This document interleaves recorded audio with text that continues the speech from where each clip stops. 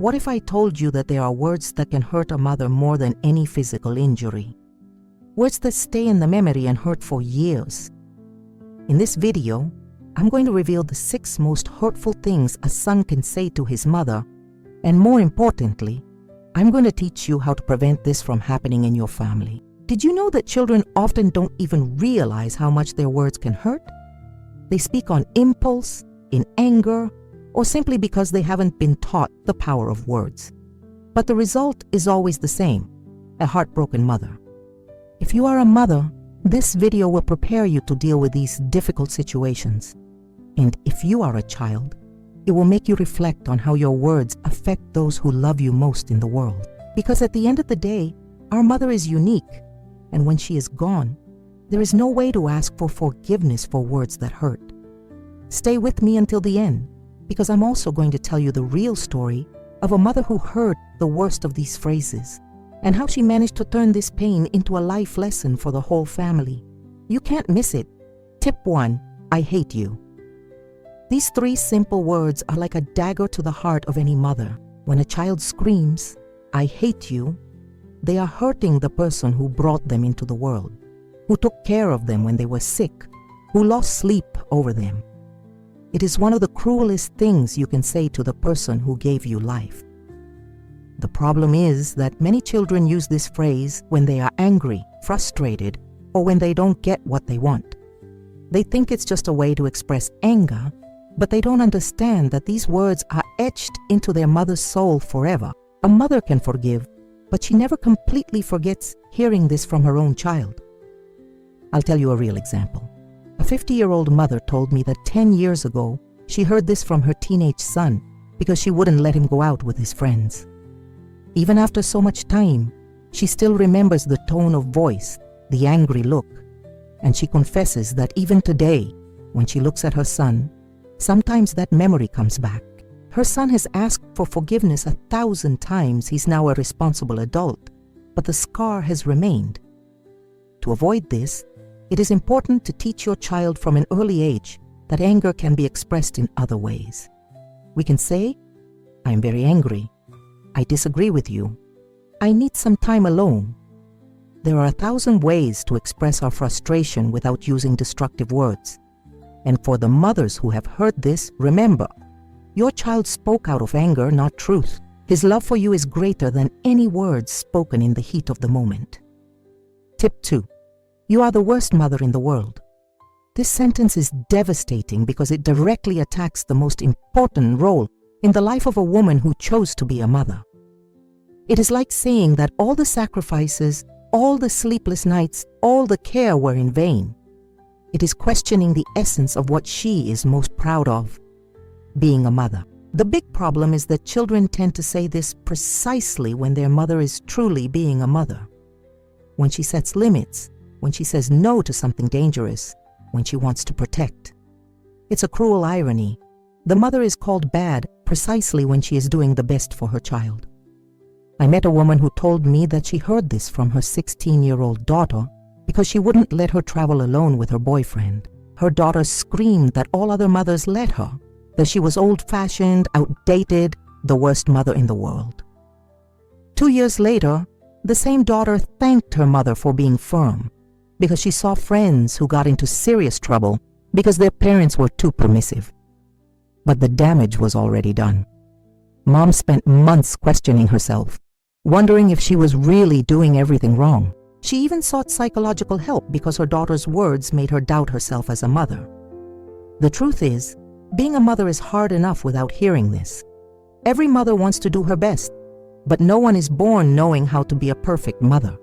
When a child says this, they are ignoring all the times she was amazing, all the sacrifices she made, all the love she showed. To avoid this pain, children need to learn that there is a difference between disagreeing with their mother and attacking her for who she is as a person. Tip 3. Who told me to have it? This sentence is perhaps the cruelest of all because it questions the very existence of the child and the mother's decision to have him. It is as if the child is saying that his life is a mistake, that the mother made a mistake in bringing him into the world.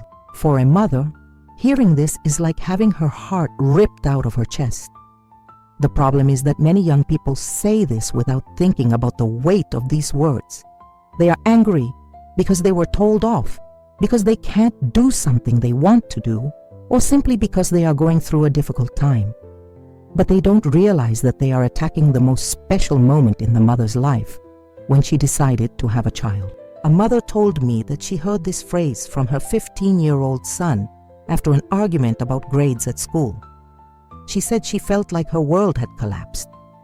For weeks, she wondered if she really should have had children, if she had made a bad choice. She even cried in secret every day, questioning her entire life. What this son didn't know is that his mother tried to get pregnant for 3 years, underwent several treatments, and when she finally succeeded, it was the happiest day of her life. She still treasured the first ultrasound, the first clothes she bought, all the memories of when he was expected with so much love. Now help me out here. If this video is making you think, subscribe to the channel and activate the bell so you don't miss any content that can transform your family. And comment below where you're watching from. I want to know where the people who really care about family relationships are. Tip 4. I'd rather you were like his mother. Comparing your own mother to other mothers is one of the most subtle but effective ways to deeply hurt someone. When a child says they would rather have another mother, they are telling her that she is not good enough, that other people do her job better.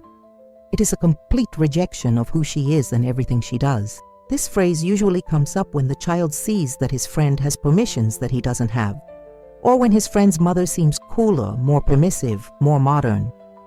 What the child doesn't understand is that each mother educates according to her values, her experiences, and her love for her child. Comparing is unfair and hurtful. I'll give you an example that really struck me. A mother told me that her 12-year-old son said he wanted to have his best friend's mother because she let him play video games until late and bought him all the games he wanted. This mother worked 2 jobs to support her family alone after the separation, and she made sure her son had time to study and go to bed early. She told me that she cried all night, feeling inadequate, wondering if she was being too strict. She even considered being more lenient, even though she knew it wasn't right, just so she wouldn't hear that kind of thing anymore. 2 years later, her son saw his friend fail in school because of his games, saw the problems that his excessive permissiveness had caused, and apologized to his mother. But the emotional damage had already been done. Mom spent years comparing herself to other mothers, doubting her own decisions. The truth is that your mother is unique, with qualities that no other person has.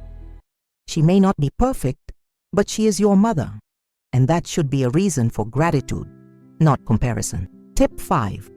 You don't understand anything about my life. This phrase is especially common in adolescence, but it can be said at any age. The child is basically saying that the mother is irrelevant, that her opinion is worthless, that she is incapable of understanding or helping. For a mother who has dedicated her life to knowing and caring for her child, this is devastating. The problem is that children forget that their mothers were also young. They also went through hardships. They also faced challenges. They think that their experiences are unique, that no one in the world has ever gone through what they are going through. And when the mother tries to help based on her life experience, she is cruelly rejected. I met a mother who told me about a very sad situation. Her 20-year-old son was going through a very difficult breakup, and she tried to comfort him, share her own experiences, and give him loving advice. His response was, "You don't understand anything about my life. You've never been through this. You don't know what it's like to truly suffer." This mother remained silent, but later told me that she had lost her first great love at the age of 19, had suffered months of depression, and that precisely because she had gone through this, she wanted to help her son not suffer so much. But he rejected her, treated her as if she were a stranger who knew nothing about life. What the son didn't know was that his mother, in addition to having gone through heartbreaks, had also faced the death of her own parents, serious financial problems, and a series of challenges that she never shared so as not to worry him. She understood more about life than he could ever imagine.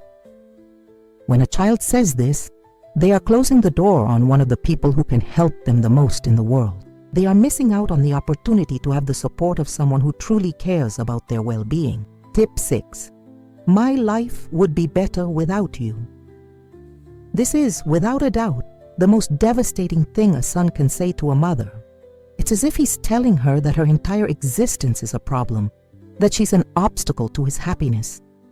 For a woman who has dedicated her life to her son, hearing this is like receiving an emotional death sentence. This phrase usually comes up in moments of great conflict, when the child feels suffocated by his mother's care, when she is being overly protective, or when there is a very serious argument. But what the child doesn't realize is that he is attacking the person who has sacrificed the most for him in the world. One story that touched me deeply was about a widowed mother who raised her son alone. She worked 3 jobs to pay for his college education, and she gave up on getting married again to devote herself entirely to her son. When he was 25 and wanted to live alone, she expressed concern and said she would miss him. His response was exactly that life would be better without her around. This mother told me that she felt like she had been shot. All the nights she had spent awake when he was a sick child, all the weekends she had missed to be with him, all the sacrifices she had made seemed to have been for nothing. She had reached the point where she thought it would actually be better if he didn't exist. The son only realized what he had said when his mother became ill and was hospitalized, and he had to take care of all her affairs. It was then that he discovered how many people called asking for her, how many lives she touched, how much she was loved and respected by everyone. He also discovered all the things she did for him without him knowing, all the silent ways in which she made his life easier. When she recovered, he begged for forgiveness on his knees, but his mother was never the same again. The trust had been broken, and even with forgiveness, the wound remained forever. We have reached the end of another video, and I hope you have understood the destructive power that words can have. If you are a child, no matter how old you are, always remember, your mother is the only person in the world who loved you before she even met you. She deserves your respect, your gratitude, and most importantly, your kind words. If you are a mother and have heard any of these phrases, know that you are not alone. The pain you feel is real and valid, but also remember that children sometimes say things they don't really mean. Their love for you is greater than any words spoken in anger. Family is our most precious asset, and it is built with love, patience, and above all, with words that heal rather than hurt. Start transforming communication in your home today. Tell your mother that you love her.